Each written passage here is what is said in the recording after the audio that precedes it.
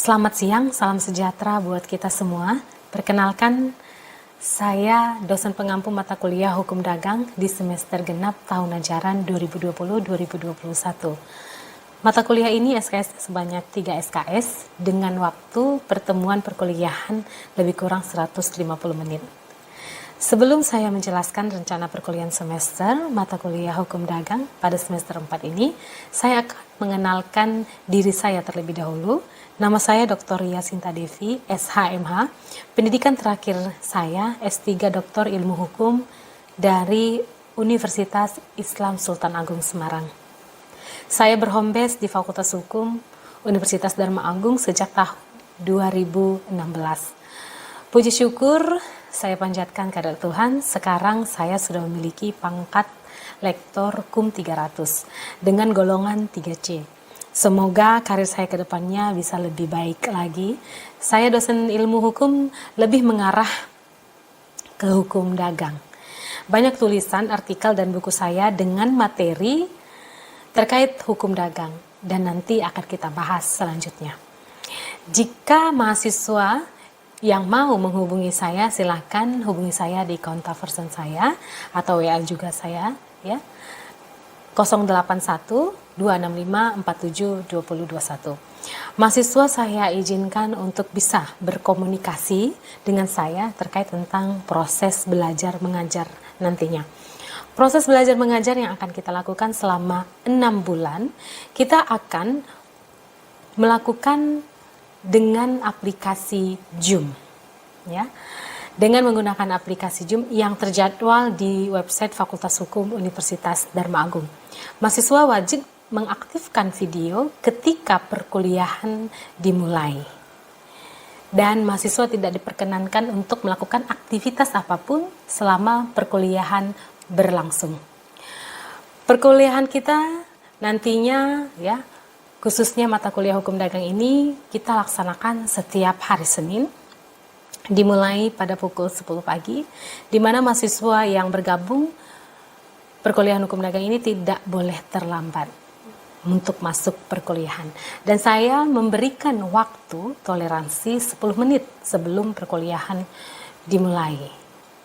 Jika lebih dari 10 menit, maka saya tidak izinkan untuk mahasiswa bergabung dan saya akan membuat status kehadirannya absen atau tidak masuk perkuliahan pada mata kuliah hukum dagang ini.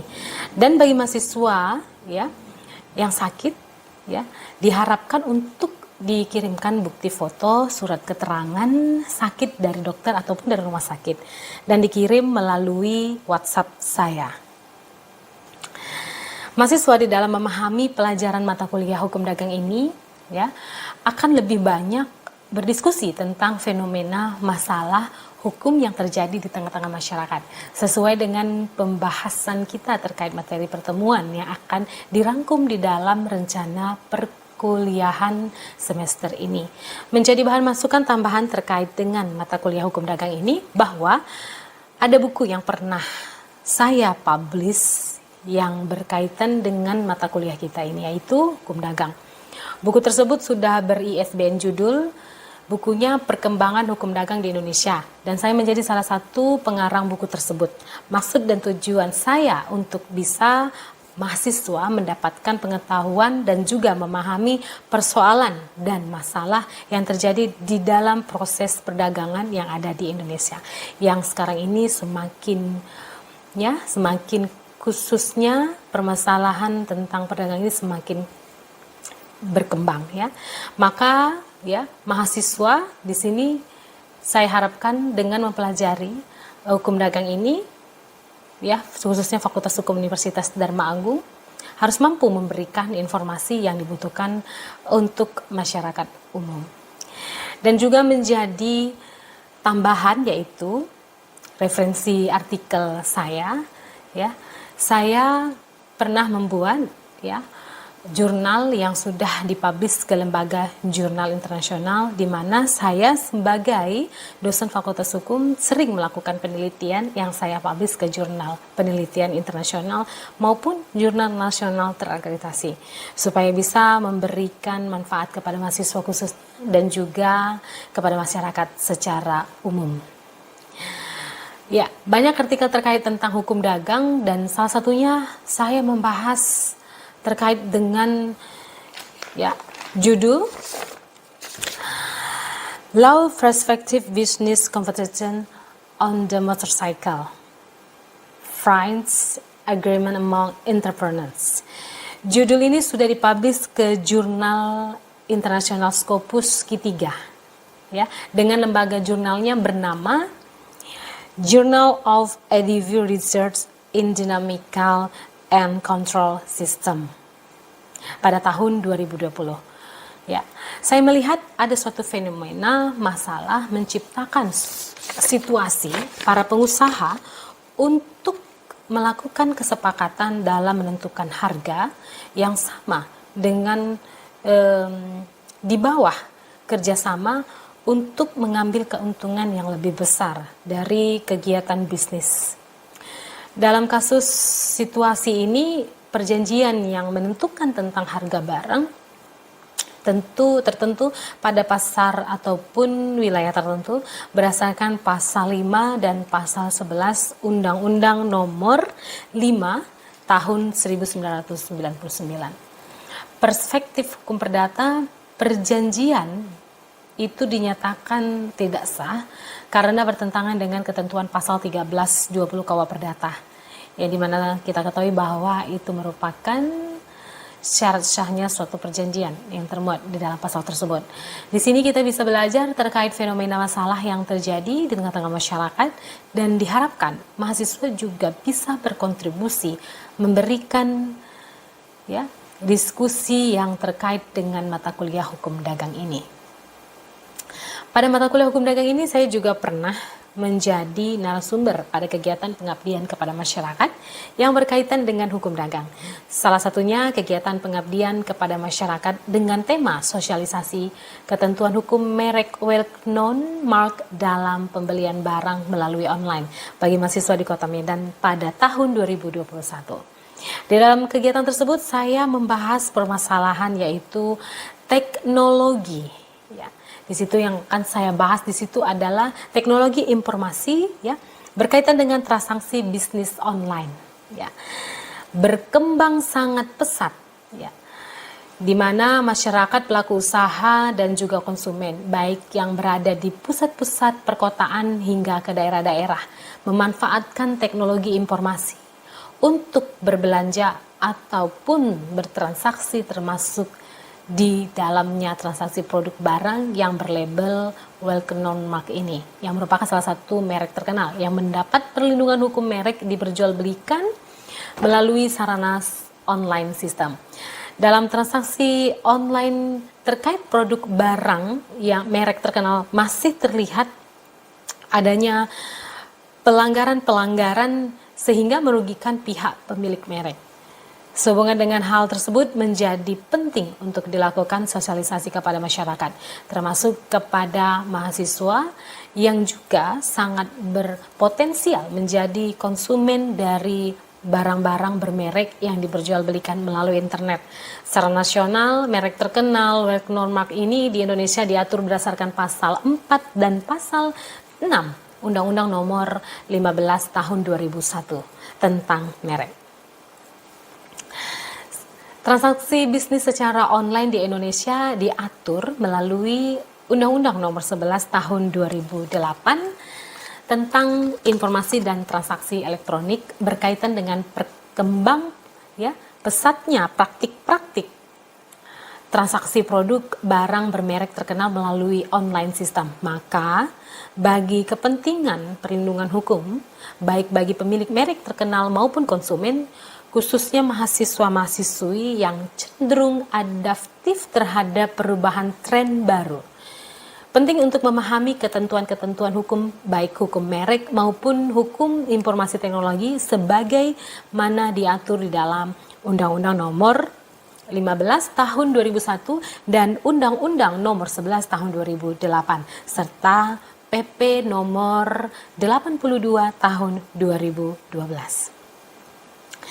Kita dapat menyimpulkan bahwa memang persoalan terkait hukum dagang terus-menerus berkembang mengikuti perkembangan zaman sesuai dengan kebijakan Kementerian Pendidikan dan Kebudayaan Riset dan Teknologi Republik Indonesia, yaitu Kampus Merdeka. Maksudnya adalah memberikan kesempatan bagi mahasiswa-mahasiswi untuk mengasah kemampuan sesuai bakat dan minat dengan terjun langsung ke dunia kerja sebagai persiapan karir masa depannya.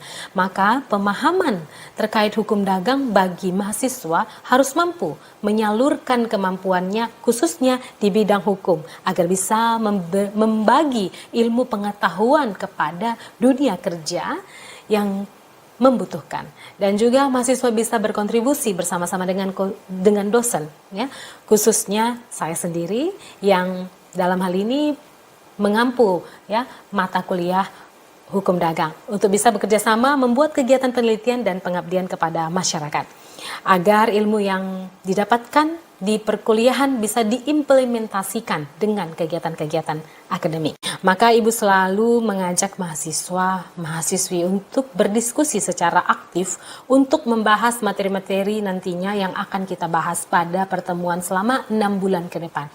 Rencana perkuliahan semester ini dalam hal penilaian yang akan diberikan kepada mahasiswa nantinya itu dibagi. Persentasenya yakni untuk kehadiran mahasiswa 10%, tugas dan kuis 20%, ujian pertengahan semester itu 30%, dan untuk ujian akhir semester itu 40%.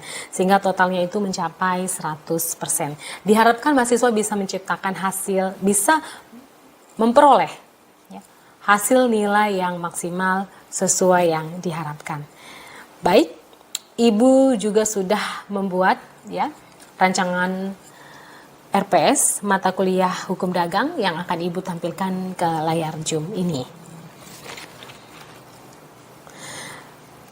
Baik, bisa dilihat.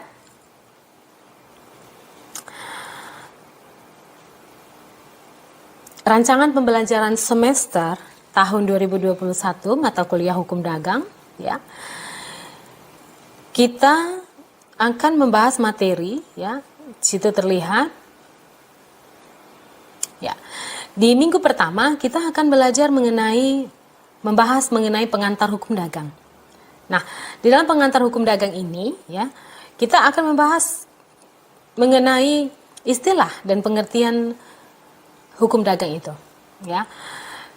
Dan pastinya kita juga menggunakan kitab undang-undang hukum dagang. Nah, disinilah kita akan melihat nanti pengertian hukum dagang, kemudian kedudukan hukum dagang dalam sistem hukum Indonesia itu seperti apa. Dan juga kita akan membahas sejarah dan perkembangan hukum dagang. Ya, sejarah perkembangan hukum dagang ini kita tahu sebelum Indonesia merdeka pada masa kolonial Belanda seperti apa, dan setelah kemerdekaan Indonesia seperti apa. Nanti kita akan bahas di dalam sejarah dan perkembangan hukum dagang. Kemudian kita akan membahas tentang ruang lingkup hukum dagang. Nah, lanjut selanjutnya kita akan membahas di minggu yang kedua mengenai tentang perusahaan. Nah, di sini kita akan membahas tentang istilah dan pengertian perusahaan, kemudian macam-macam perusahaan, dan selanjutnya seperti firma, ya, Kommanditvernootschap atau CV, perseroan terbatas, ya, atau disingkat dengan PT. Ya. Ini nanti kita akan membahas di minggu yang kedua. Nah, di minggu yang ketiga dan keempat, ya, kita akan membahas tentang surat berharga.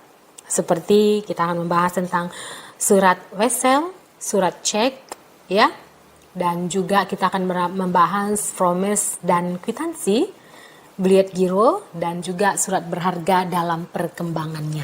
Nah, di sini kita akan membahas mengenai hal tersebut.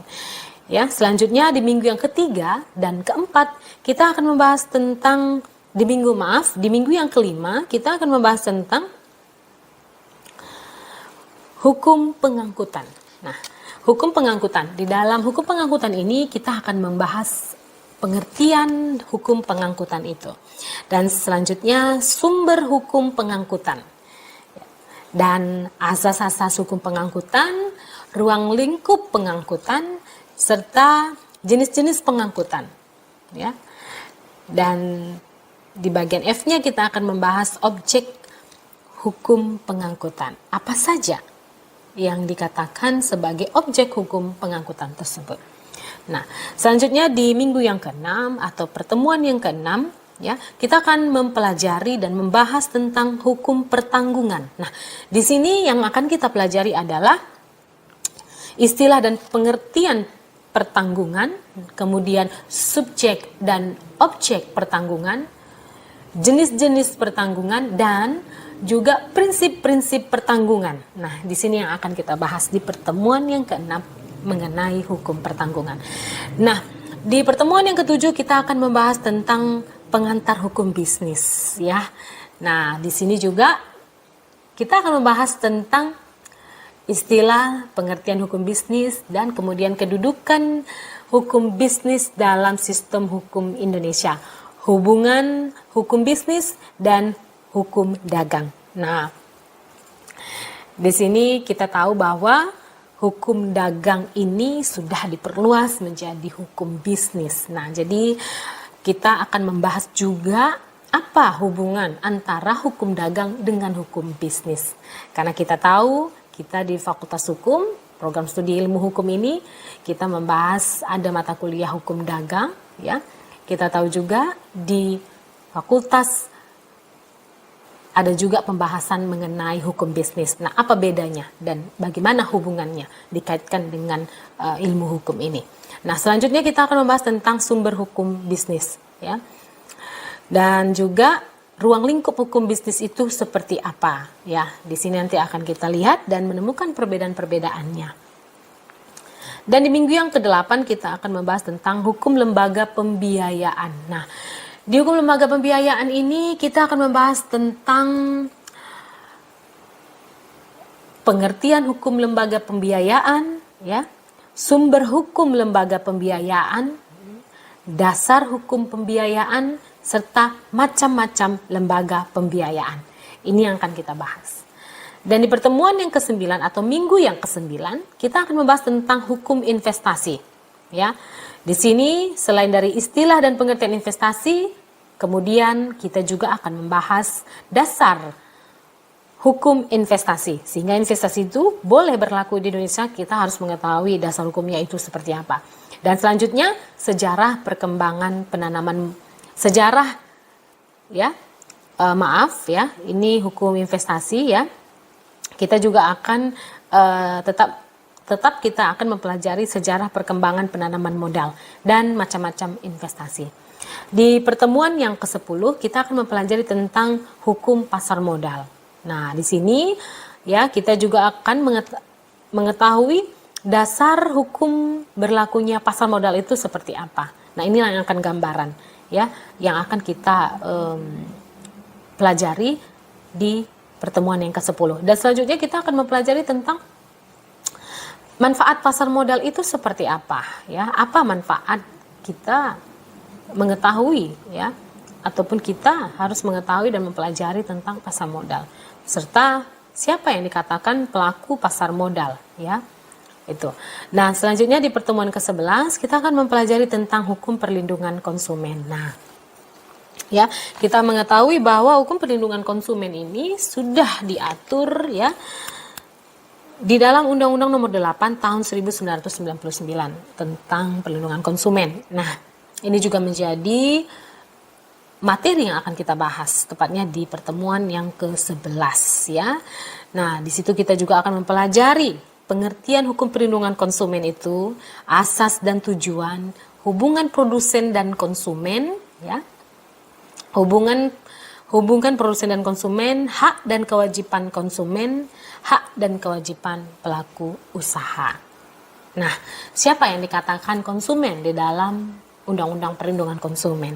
Nah, ini ada perbedaan, ya, di mana kita tahu ada istilah, ya, konsumen akhir dan konsumen perantara. Nah, di sini kita akan membahas mengenai hal tersebut. Dan selanjutnya di pertemuan ke-12 kita akan membahas tentang hukum anti monopoli dan persaingan usaha tidak sehat. Nah, disinilah, ya, ini pertemuan ke-12 kita akan membahas, ya, tentang hukum anti monopoli dan persaingan usaha tidak sehat, ya. Kita juga akan mengetahui, ya, yang akan kita bahas itu adalah apa asas dan tujuan, ya, kegiatan apa yang dilarang, dan kemudian perjanjian apa yang dilarang. Nah, kita tahu bahwa kegiatan dan perjanjian itu jelas berbeda, ya. Nah, di sini nanti yang akan kita bahas di dalam atau di pertemuan ke-12. Baiklah, dengan demikian ini yang dapat saya jelaskan mengenai kontrak perkuliahan mata kuliah hukum dagang. Selamat siang, terima kasih. Baiklah, untuk materi pertemuan kita yang pertama dalam mata kuliah hukum dagang ini, kita akan mempelajari latar belakang munculnya hukum dagang. Latar belakang munculnya hukum dagang tidak terlepas dari sejarah lahirnya hukum dagang yang mulai dikenal dalam sejarah hukum Romawi yang diprakarsai oleh Kaisar Justianus. Ya, penjelasannya bisa kita lihat di dalam bagan yang telah Ibu tampilkan. Kita tahu bahwa hukum yang masih berlaku di Indonesia ini tidak terlepas dari hukum yang dibawa oleh masa kolonial Belanda. Nah, kalau kita lihat dari sejarah, dari bagan itu kita lihat adalah sebelum datangnya kolonial Belanda dengan membawa produk hukum mereka yang kita kenal saat ini, yaitu Kitab Undang-Undang Hukum Dagang, ya, itu tidak terlepas dari zaman Kekaisaran Romawi abad ke-6, yaitu adalah Kaisar Justianus, yang dimana pada masa Kekaisaran Romawi ini produk hukum yang dikenal itu adalah Corpus Juris Civilis. Ya. Nah, ini adalah produk hukum dari zaman Romawi di masa Kaisar Justianus. Nah, pada zaman Kekaisaran Romawi kemudian menjajah di beberapa negara seperti Italia, Prancis, ya, tahun 1808, Spanyol, dan masih banyak negara jajahan lainnya.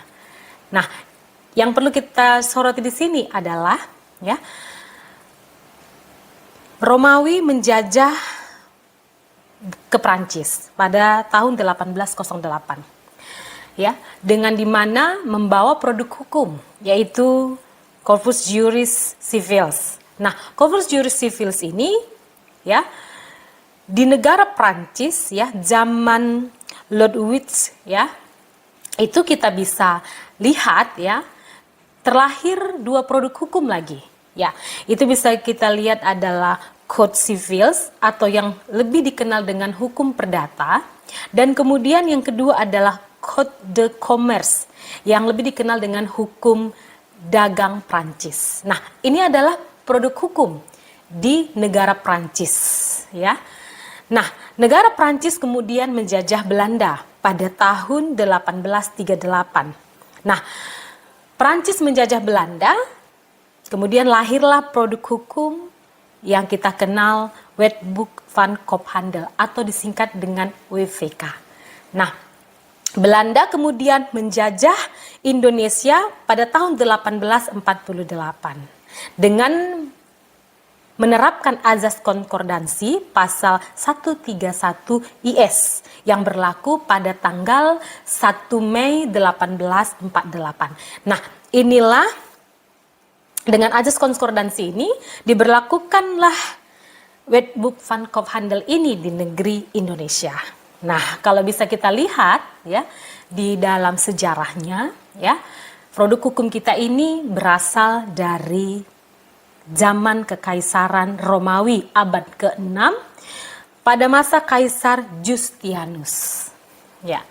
Maka kalau kita sampaikan saat ini adalah sejarah hukum, produk hukum, khususnya Kitab Undang-Undang Hukum Dagang ini adalah produk hukum Belanda, yang dimana kalau kita lihat dari sejarahnya merupakan hukum Prancis dan juga hukum Romawi yang pertama sekali. Nah, oleh karena itu, ya, kita ini adalah menganut dari sejarahnya itu adalah hukum Romawi. Nah, inilah merupakan sejarah singkat hukum dagang. Bisa dilihat di bagan yang sudah Ibu tampilkan di layar monitor masing-masing. Baik, selanjutnya kita masuk ke dalam pengertian hukum dagang. Ya, seperti yang dikemukakan oleh R. Subekti, ya, perkataan dagang bukanlah pengertian hukum, melainkan suatu pengertian ekonomi, yaitu segala sesuatu perbuatan perantara antara produsen dan konsumen. Perbedaannya dengan industri ialah bahwa dalam industri mempergunakan bahan-bahan untuk menghasilkan barang-barang lain. Ya. Di dalam KUH dagang tersendiri tidak dijelaskan ya apa yang dimaksud dengan hukum dagang atau hukum perniagaan. Ya. Kemudian bisa kita lihat ada pengertian hukum dagang menurut beberapa ahli. Seperti menurut Kansil ya, hukum dagang adalah hukum yang mengatur hubungan hukum antara manusia-manusia dan badan-badan hukum satu sama lain dalam lapangan perdagangan. Ini menurut Kansil ya. Bisa kita lihat lagi menurut R. Sukardono ya. Hukum dagang adalah bagian dari hukum perdata pada umumnya, yakni yang mengatur masalah perjanjian dan perikatan yang diatur dalam buku 3 BW ya. Dengan lain dalam kegiatan perusahaan yang terutama terdapat dalam kodifikasi ya Kitab Undang-Undang Hukum Perdata. Hukum dagang dapat pula dirumuskan adalah serangkaian kaidah yang mengatur tentang dunia usaha atau bisnis dan dalam lalu lintas perdagangan. Ya. Menurut H.M. Purwosucipto, hukum dagang adalah hukum yang timbul khusus dari lapangan perusahaan. Nah, itulah beberapa pendapat sarjana hukum, para ahli mengenai hukum dagang itu sendiri. Ya. Baik, selanjutnya di bagian C-nya ya. Kita akan mempelajari apa hubungan antara Kitab Undang-Undang Hukum Dagang dengan Kitab Undang-Undang Hukum Perdata. Ya. Nah, di sini bisa kita lihat bahwa Kitab Undang-Undang Hukum Perdata ya, bila dihubungkan dengan Kitab Undang-Undang Hukum Dagang ya, di sini adalah Kitab Undang-Undang Hukum Perdata itu merupakan lex generalis ya. Dan Kitab Undang-Undang Hukum Dagang itu adalah lex specialis ya. Bisa kita lihat penjelasan di dalam pasal 1 Kitab Undang-Undang Hukum Dagang yang menyebutkan ya, Kitab Undang-Undang Hukum Perdata ya berlaku juga bagi hal-hal yang diatur dalam undang-undang ini. Ya, yang maksudnya itu adalah Kitab Undang-Undang Hukum Dagang tersebut. Sekedar di dalam undang-undang tidak diatur secara khusus yang menyimpang. Nah, inilah yang merupakan hubungan antara Kitab Undang-Undang Hukum Dagang dengan Kitab Undang-Undang Hukum Perdata. Nah, lex specialis derogat legi generali ya. Di sini ya kita lihat adalah undang-undang yang khusus menghilangkan nilai dari undang-undang yang umum. Ya, undang-undang khusus mengalahkan atau menyampingkan undang-undang yang umum ya. Dan undang-undang yang khusus seperti yang kita lihat tadi itu adalah Kitab Undang-Undang Hukum Dagang. Sementara Kitab Undang-Undang yang umum yaitu adalah Kitab Undang-Undang Hukum Perdata sebagai lex generalisnya. Baik, nah kita masuk ke dalam pembahasan mengenai istilah ya. Kita masuk ke dalam mengenai istilah perusahaan di dalam Kitab Undang-Undang Hukum Dagang ya. Di dalam hukum dagang kita bisa lihat bahwa istilah perusahaan ini ya, seperti kita lihat ya di layar monitor kita masing-masing ya. Ya. Setelah dicabut pasal 2 sampai dengan pasal 5 Kitab Undang-Undang Hukum Dagang ya, sejak tahun 1938 dengan Stadtbald 1938 ayat 276 tanggal 17 Juli 1938, maka istilah pedagang dan perbuatan dagang tidak lagi ada di dalam Kitab Undang-Undang Hukum Dagang. Nah, pengertian mengenai perusahaan ya setelah dicabut pasal tersebut tidak ada lagi mengenai istilah hukum dagang. Maka kita lihat ya pada perkembangannya muncul istilah perusahaan di dalam Kitab Undang-Undang Hukum Dagang termuat di dalam pasal 6 Kitab Undang-Undang Hukum Dagang yang mengatakan bahwa setiap orang yang menjalankan perusahaan wajib membuat pembukuan. Dan di dalam pasal 16 juga, firma adalah badan usaha yang menjalankan perusahaan tersebut. Ya, nah kalau kita lihat ya di alasan pencabutan pasal tersebut, yakni alasan pencabutan pasal 2 sampai dengan pasal, kalau yang kita sebutkan tadi yaitu pasal 2 sampai pasal 5 Kitab Undang-Undang KUH Dagang ini, itu adalah alasannya ya. Pertama itu adalah pengertian barang tidak hanya barang bergerak, tetapi juga barang tidak bergerak ya sebagai objek perdagangan. Nah, inilah yang mendasari alasan kenapa ya pasal 2 sampai pasal 5 KUH Dagang itu dicabut. Nah, kemudian yang kedua adalah alasan di pencabutan pasal tersebut itu adalah pengertian menjual termasuk perbuatan perniagaan atau dagang. Ya. Dan yang ketiga ya, alasan pencabutan dari pasal tersebut adalah jika timbul perselisihan antara pedagang dan bukan pedagang, sulit untuk menentukan hukum apa yang berlaku. Nah, inilah yang menjadi alasan pasal tersebut dicabut ya. Nah, istilah perusahaan tidak ada dirumuskan secara terperinci dalam Kitab Undang-Undang Hukum Dagang. Tidak seperti istilah pedagang sebelumnya di dalam Kitab Undang-Undang Hukum Dagang dirumuskan oleh pembentuk undang-undang, maka rumusan perusahaan dapat ditemui dalam penjelasan pembentuk undang-undang ya, jurisprudensi dan pedagang dan pendapat para ahli. Nah, itu di situ kita bisa lihat istilah perusahaan tersebut ya. Nah, inilah tadi mengenai istilah perusahaan tersebut ya. Baik, selanjutnya ya kita bisa lihat di dalam slide berikutnya. Kita akan membahas tentang ya di mana tadi kita telah mempelajari atau kita singgung mengenai pembukuan ya. Di dalam mempelajari hukum dagang ada kewajiban membuat suatu pembukuan. Nah, kenapa diperlukan untuk membuat suatu pembukuan? Nah, ini yang akan kita bahas di dalam pembahasan berikut ini.